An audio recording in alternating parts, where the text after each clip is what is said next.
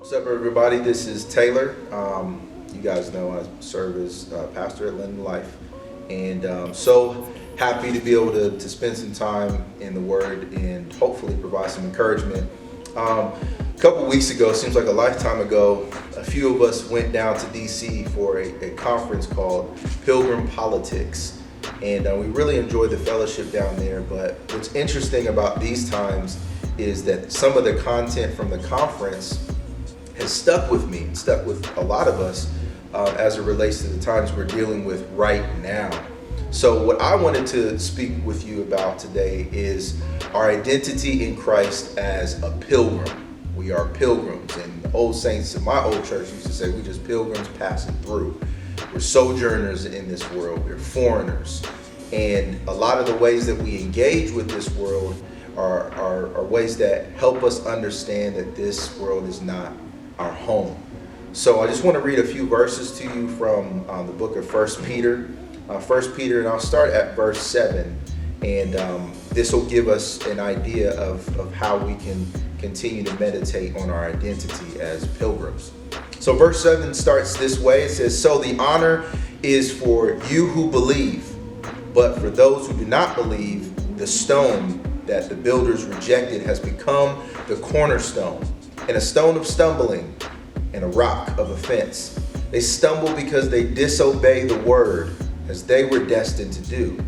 But you are a chosen race, a royal priesthood, a holy nation, a people for his own possession, that you may proclaim the excellencies of him who called you out of darkness into his marvelous light. Once you were not a people, but now you are God's people.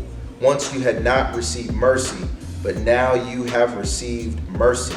Beloved, I urge you as sojourners and exiles," another translation says pilgrims, "to abstain from the passions of the flesh, which wage war against your soul. Keep your conduct among the Gentiles honorable, so that when they speak against you as evildoers, they may see your good deeds and glorify God on the day of visitation."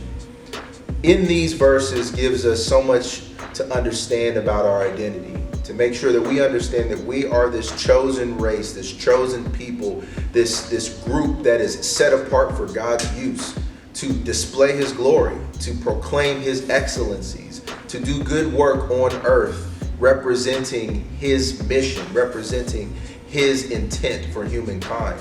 So I want us to just think about that, to remember that we're not just people who are part of the population. And we're not just those who respond typically as other people should respond. We look to God, who called us and chose us, revealed himself to us, and then our actions become distinct as we interact with one another and as we interact with this world. We are pilgrims passing through. This place is not our home. We shouldn't heap up treasures here. We shouldn't make this place the end-all be-all for our lives.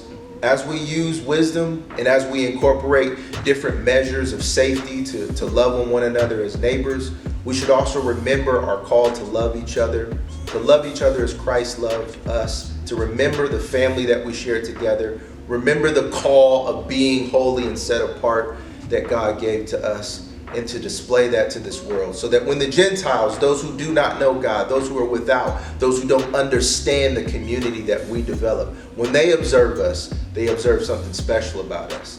And when God reveals all things, they must glorify him, because we have been faithful to God on this earth. So you're pilgrims, you're strangers, you're exiles, you're foreigners. This place is in our home. Let's remember that as a part of our identity, and let's live it out. Peace and God bless.